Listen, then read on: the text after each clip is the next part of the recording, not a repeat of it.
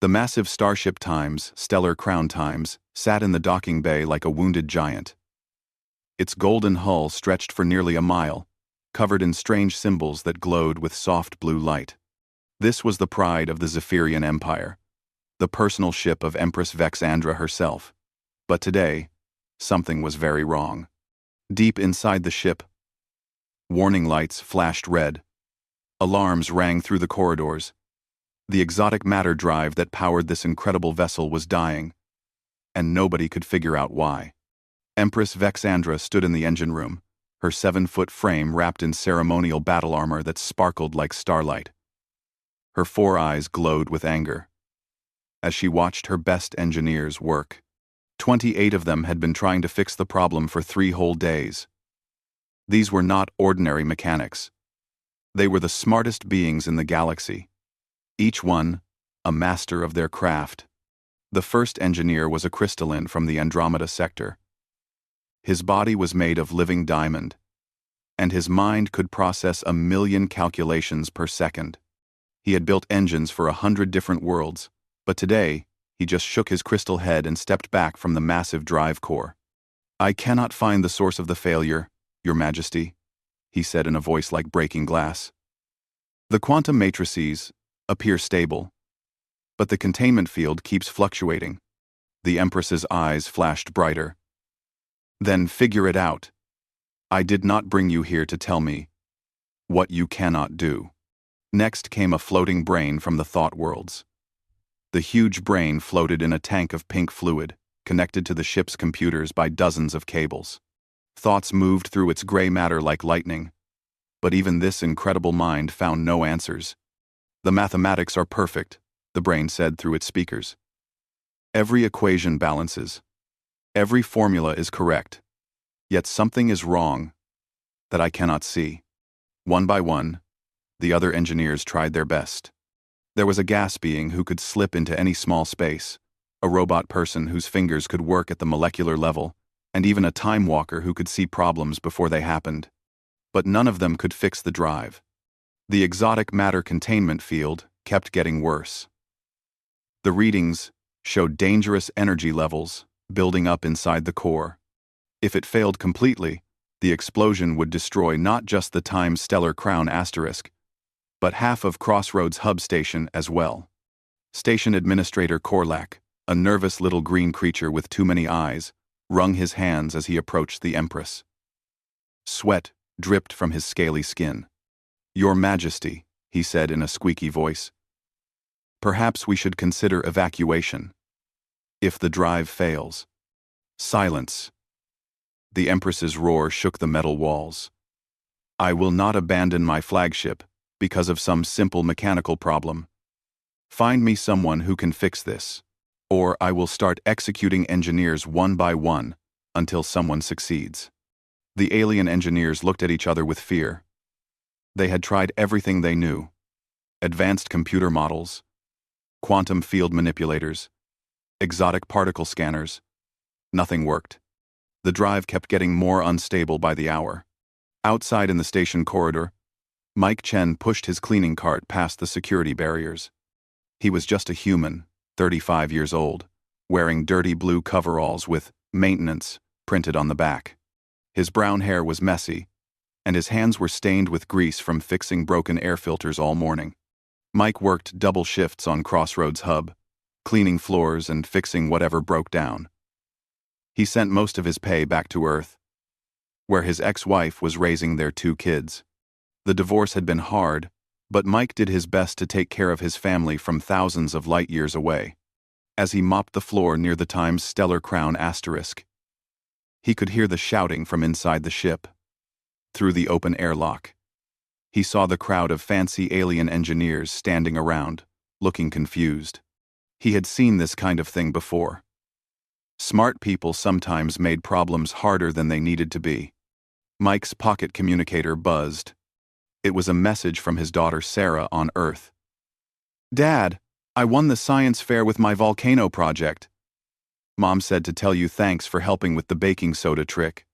He smiled and typed back, "Proud of you, kiddo. Keep being awesome." Just then, one of the Zephyrian guards walked past. The tall, blue-skinned soldier looked upset. 28 engineers, the guard muttered to his partner. 28 of the best minds in the galaxy, and they cannot fix one broken drive. The Empress is going crazy in there. Mike paused in his mopping. What kind of problem? He asked. The guard looked down at the human janitor with surprise. Nothing you would understand. Primitive. It is advanced technology far beyond your species. Mike shrugged. Maybe, but I fix things every day. Might be worth a look. The guard laughed. You? Fix what master engineers cannot? That is the funniest thing I have heard all week. One mast. But as Mike went back to his cleaning, he kept thinking about the problem. In his 20 years of maintenance work, he had learned that the fanciest solutions were not always the right ones. Sometimes the biggest problems had the smallest causes. He finished mopping the corridor and checked his watch. His shift ended in 2 hours, and he wanted to video call his kids before their bedtime on Earth. But the shouting from inside the ship was getting louder, and his curiosity was getting stronger. Mike Chen had always been the kind of person who could not walk past a broken machine without trying to fix it. Today would be no different. Mike pushed his cleaning cart closer to the security line. The Zephyrian guards were getting more nervous by the minute. Inside the ship, he could hear the Empress yelling at another engineer who had just given up. Your Majesty, the quantum flux readings are beyond my understanding, came a scared voice. Perhaps if we contacted the Science Academy on Kepler Prime. No more delays. The Empress's voice boomed through the ship. I want this fixed, now. Mike set down his mop and walked up to the nearest guard. The alien soldier was 8 feet tall, with blue skin and muscles like a bodybuilder. His armor glowed with energy shields, and a plasma rifle hung across his back. Excuse me, Mike said politely. I'd like to take a look at your engine problem. The guard stared down at the human maintenance worker. For a moment, he seemed too shocked to speak. Then, he started laughing so hard that tears came to his 4 eyes. You, he gasped between laughs. You want to fix the Imperial flagship? Oh, this is too good. Hey, Vortok. Come listen to this. Another guard came over, and the first one told him what Mike had said. Soon, both guards were laughing loud enough to attract attention from other station workers. A small crowd began to gather. The human janitor thinks he can fix what 28 master engineers cannot, the first guard announced.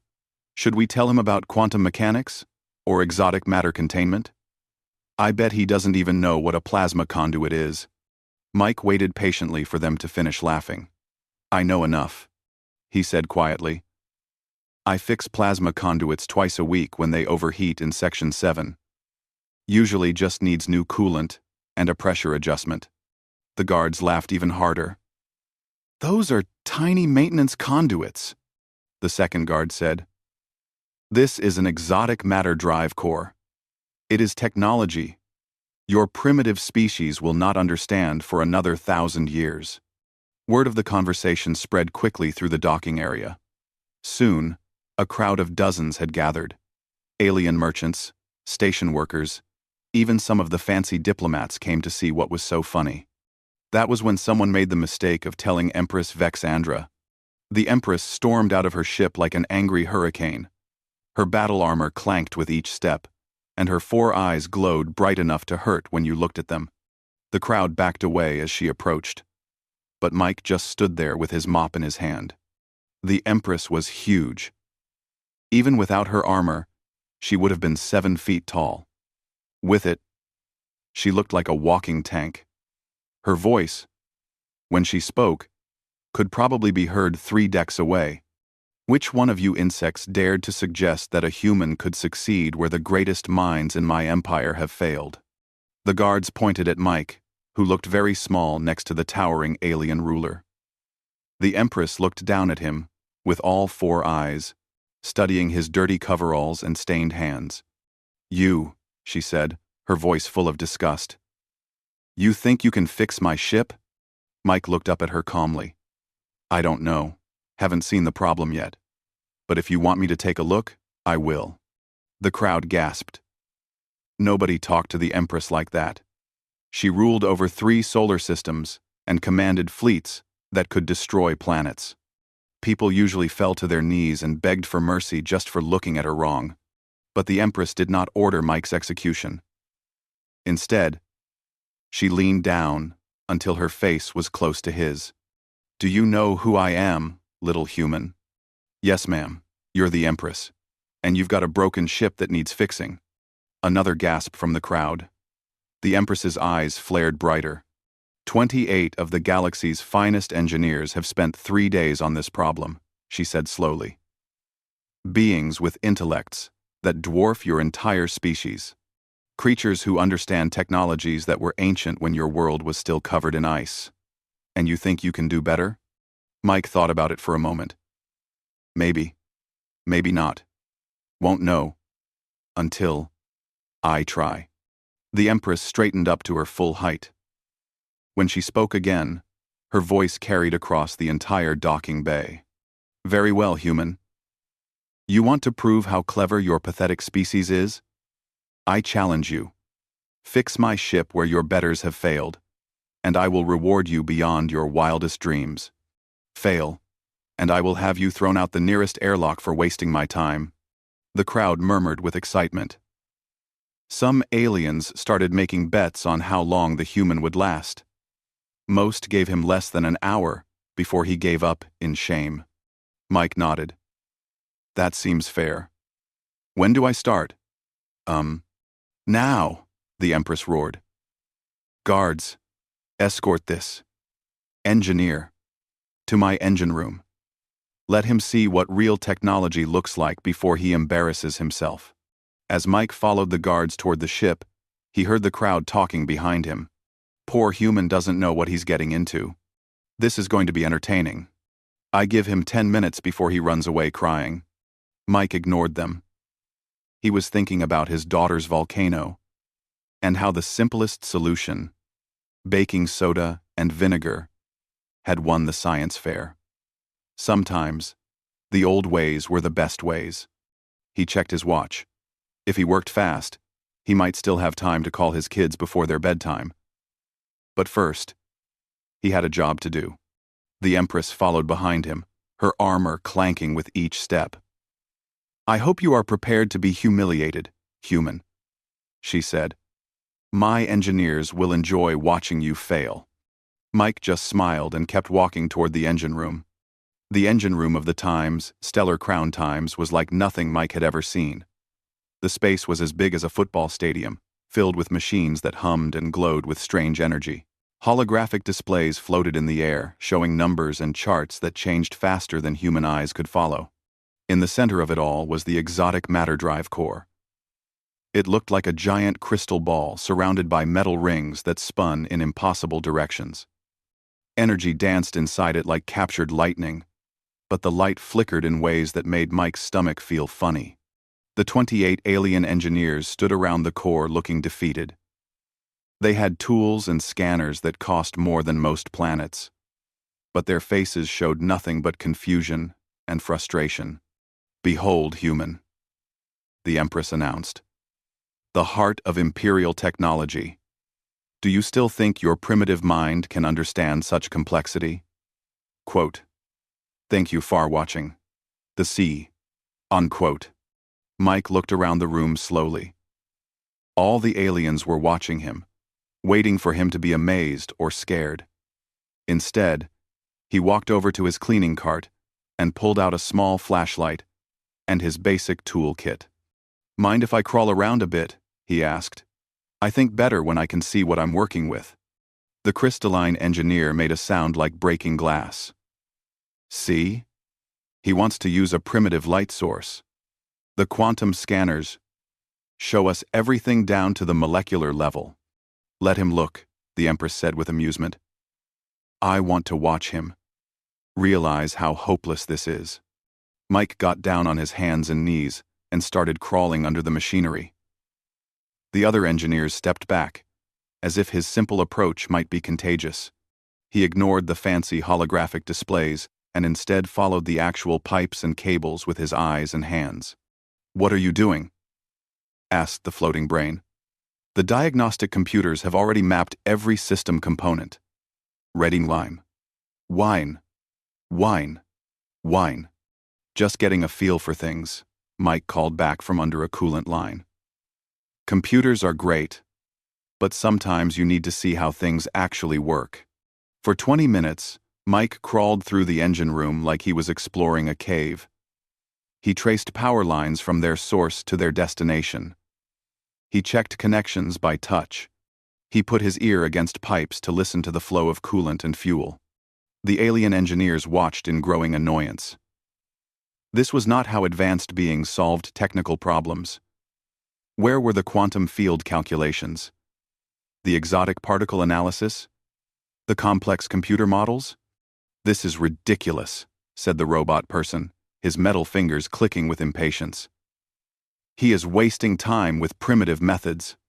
But Mike was finding things that the fancy scanners had missed. Under a maintenance panel, he discovered that one of the coolant pumps was running backward. The flow indicator on the outside showed normal operation, but when he put his hand on the pipe, he could feel the liquid moving in the wrong direction. "Huh," he said to himself. "That's not right."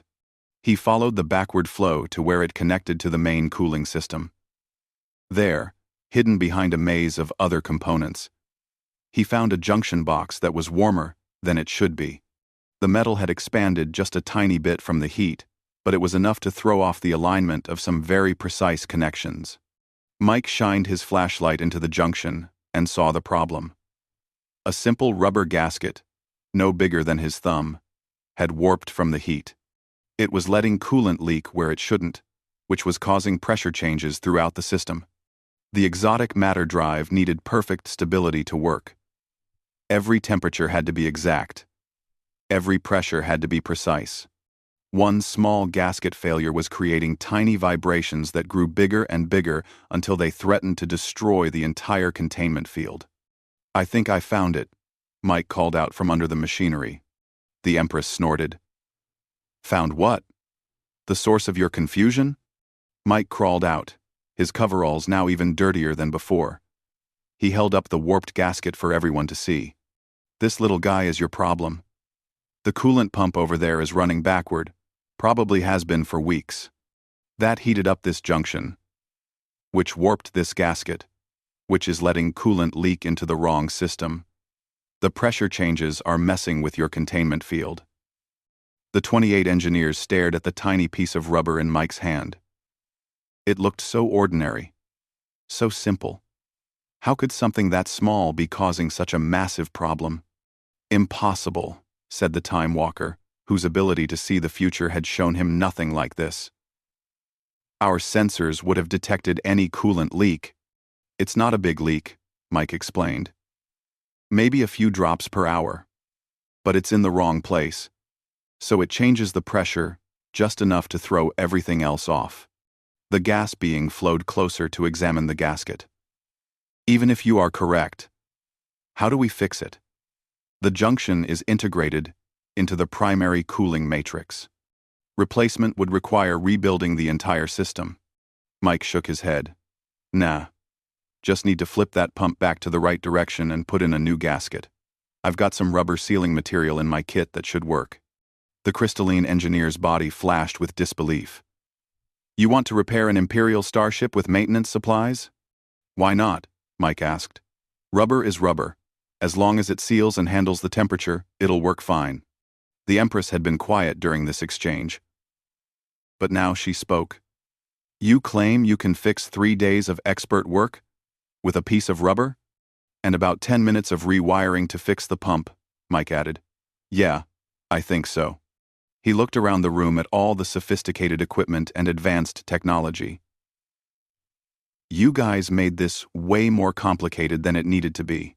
Sometimes the simple answer is the right answer." The alien engineers looked insulted.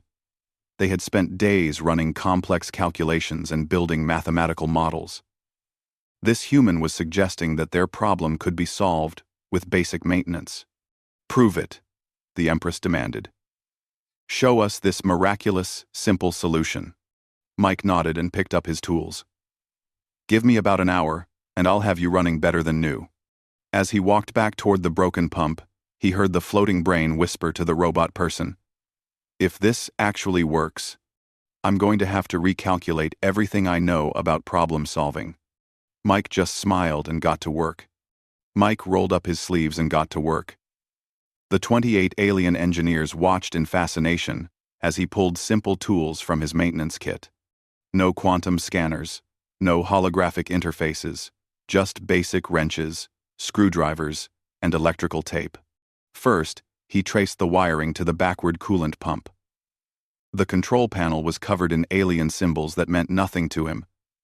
But the actual wires were the same as any electrical system. Red for positive, blue for negative, green for ground. Simple. Someone wired this wrong during the last maintenance, he said, pointing to 2 crossed wires. See? These should be the other way around. The robot person examined the wiring with his precise metal fingers. The maintenance logs show no work done on that pump for 6 months. Then maybe it's been running backward for 6 months, Mike replied. Would explain why your readings have been getting worse over time. He carefully disconnected the wires and switched them to the correct positions. The pump's humming changed pitch slightly as it started spinning the right way. There we go, Mike said with satisfaction. Now for the gasket. Getting to the warped gasket required crawling into a space barely big enough for a human. The alien engineers were too large to fit, which explained why they had missed the problem in the first place. Mike squeezed into the tight space with his flashlight between his teeth. The old gasket came out easily, warped and cracked from months of heat damage. Mike pulled a sheet of rubber sealing material from his toolkit and carefully cut a new gasket with his pocket knife. You are making a precision engine component with a knife? The crystalline engineer asked in horror. It's just a gasket, Mike called back from inside the machinery. As long as it's the right size and seals properly, it'll work fine. He fitted the new rubber gasket into place and tightened the connections by hand. No fancy tools. No computer-guided precision. Just years of experience, knowing when something felt right. When Mike crawled out again, his coveralls were torn and his face was streaked with grease, but he was smiling. That should do it. Want to fire her up? The Empress looked skeptical. You fixed my flagship with rubber and electrical tape in 43 minutes? Pretty much, though I also used some wire nuts and a bit of thread sealing compound. Nothing fancy. The alien engineers gathered around their control stations, their scanners and displays ready to record whatever happened next. They expected failure, explosion, or at best a temporary fix that would collapse within minutes. Initialize startup sequence, the Empress commanded. The exotic matter drive began to wake up. Energy flowed through the containment rings, building slowly toward operational levels. The holographic displays, filled with numbers, that climbed steadily toward normal ranges. And everything worked perfectly. The drive core stabilized at exactly the right frequency. The containment field held steady, without fluctuations. All systems showed green across the board, for the first time in weeks. Impossible, whispered the floating brain. The quantum matrices are more stable than they have been in months. The Time Walker, who could see potential futures, stared in amazement. The timeline shows stable operation for years to come. How is this possible? Mike checked his watch. Great. I've got time to call my kids before their bedtime. He started packing up his tools. Anything else you need fixed while I'm here? The engine room fell silent, except for the smooth humming of perfectly functioning machinery. 28 of the galaxy's greatest minds stood speechless, their entire understanding of problem-solving turned upside down by a maintenance worker with a pocket knife. The Empress removed her helmet, revealing a face that showed a mixture of shock, admiration, and embarrassment. Her empire prided itself on technological superiority, yet this simple human had accomplished what her best engineers could not. How? She asked quietly. How did you see what we missed? Mike shrugged. You were all looking at the complicated stuff. Sometimes the problem is in the simple stuff that nobody thinks to check. Plus, I could fit into that space where the gasket was. You guys are all too big. The robot person's optical sensors dimmed with shame. We assumed that our scanners would detect any physical problems. We focused on the exotic matter, physics, and ignored basic mechanical systems. It happens, Mike said kindly. I've seen PhD engineers miss a blown fuse because they were looking for computer problems. Sometimes the obvious answer is the right answer. Word of the repair was already spreading throughout Crossroads Hub. The human janitor had fixed the Imperial flagship in under an hour, using basic tools and spare parts. The story would be told in bars and trading posts across the galaxy. The crystalline engineer approached Mike hesitantly. Human. Mike, I owe you an apology. I dismissed your methods as primitive, but you succeeded where I failed. How do you learn to think this way? So, 20 years of fixing things that break, Mike answered. You learn to check the simple stuff first before you go looking for complicated problems. Most of the time, it's something easy. The gas being flowed around Mike's feet curiously. But, how did you know to check that specific pump? Our diagnostic protocols would never have prioritized such a basic component. Mike smiled. Because that's what always breaks first. Pumps, fans, gaskets, fuses. The moving parts wear out before the fancy stuff does. When something's not working right, start with what moves or gets hot. The floating brain pulsed with new understanding. So your approach is not random at all. It is based on statistical probability of component failure rates. I guess, Mike said. I just call it common sense. As Mike headed for the exit, the Empress called after him. Wait, human. We are not finished here. Mike turned back, hoping this wasn't about to become a problem. He still had that video call to make, and his daughter would be disappointed if he missed it. The Empress's 4 eyes were bright, but not with anger this time. You have done something remarkable here today. Such skill should not go unrewarded. The Empress stepped forward, her massive form no longer seeming threatening but somehow respectful. Around them, the 28 alien engineers watched in silence as their ruler approached the human maintenance worker. You have shown me something today that I did not expect, she said, her voice much quieter than before. I came here believing that my empire had the finest minds in the galaxy. I was wrong. Mike shifted uncomfortably. Your engineers are plenty smart. They just got focused on the complicated parts and missed the simple stuff. Happens to everyone. No, the Empress said firmly. This is more than that. You saw solutions where they saw only problems.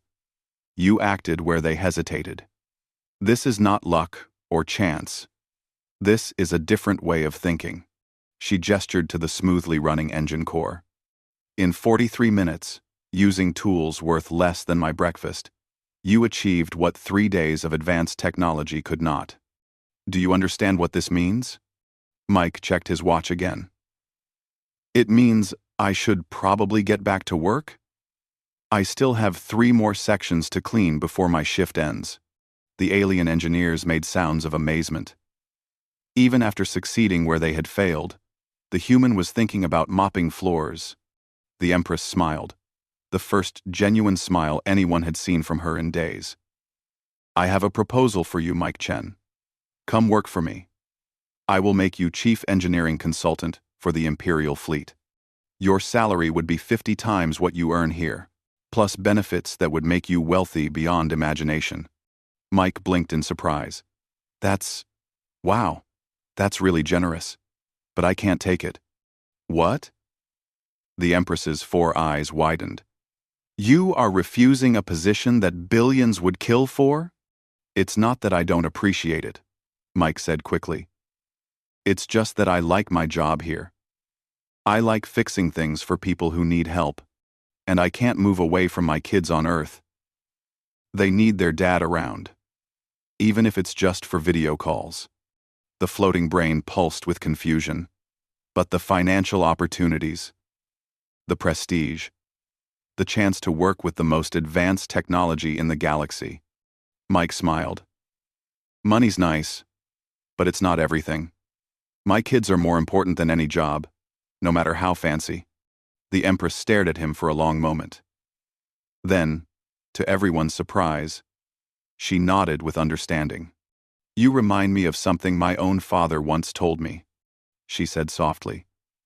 He said that a ruler who forgets where they came from will lose sight of where they should go. I have been so focused on showing our superiority that I forgot to learn from others. She turned to address her engineers. All of you, listen carefully. What happened here today will change how we approach problems in the future. From now on, every engineering team in the Imperial fleet will include at least one human practical systems specialist. The robot person's optical sensors flickered. Exactly. We have spent so long believing that complex solutions are better that we forgot the value of simple ones. These humans have something we need. The ability to see past the complications, to find the real answers. Mike felt embarrassed by all the attention. Really, anyone could have figured this out. You just needed someone small enough to crawl into that junction. And someone wise enough to look there in the first place, the Empress said. Tell me, Mike, would you be willing to consult for us part-time? You could keep your job here but help train our engineers in your methods. The pay would still be excellent, and you would not have to leave your family. Mike thought about it. The extra money would mean better schools for his kids, maybe even enough to visit them on Earth more often. I could do that, he said, as long as it doesn't interfere with my regular work.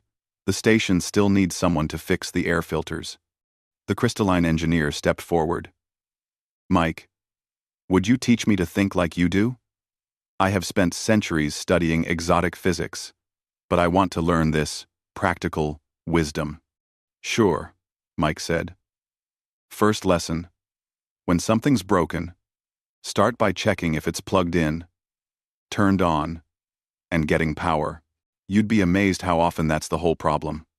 The alien engineers began talking excitedly among themselves, already making plans to study human problem-solving methods. The Empress watched with satisfaction as her finest minds prepared to learn from a species they had considered primitive. One more thing, the Empress said to Mike. What you did today will not be forgotten. Stories of the human who fixed the Imperial flagship will spread across the galaxy. Your people should be proud. Mike packed up his tools and prepared to leave. They're good people. Humans, I mean. We like to help when we can. As he walked toward the exit, the Time Walker called out, Mike, in all the futures I can see, you become a legend among maintenance workers everywhere. They will tell stories of this day for centuries. Mike laughed. As long as my kids think I'm cool, that's all that matters. He left the engine room and made his way back to his cleaning station. Behind him, he could hear the alien engineers discussing plans to revolutionize their approach to problem-solving. The Empress was already drafting orders to recruit human consultants for her fleet. Mike's pocket communicator buzzed. It was time for his video call with Earth. He found a quiet corner and activated the connection. His daughter Sarah's face appeared on the small screen. Hi, Dad. Guess what? I got an A on my math test. That's fantastic, sweetheart. I'm so proud of you. Mom says you fixed something important at work today.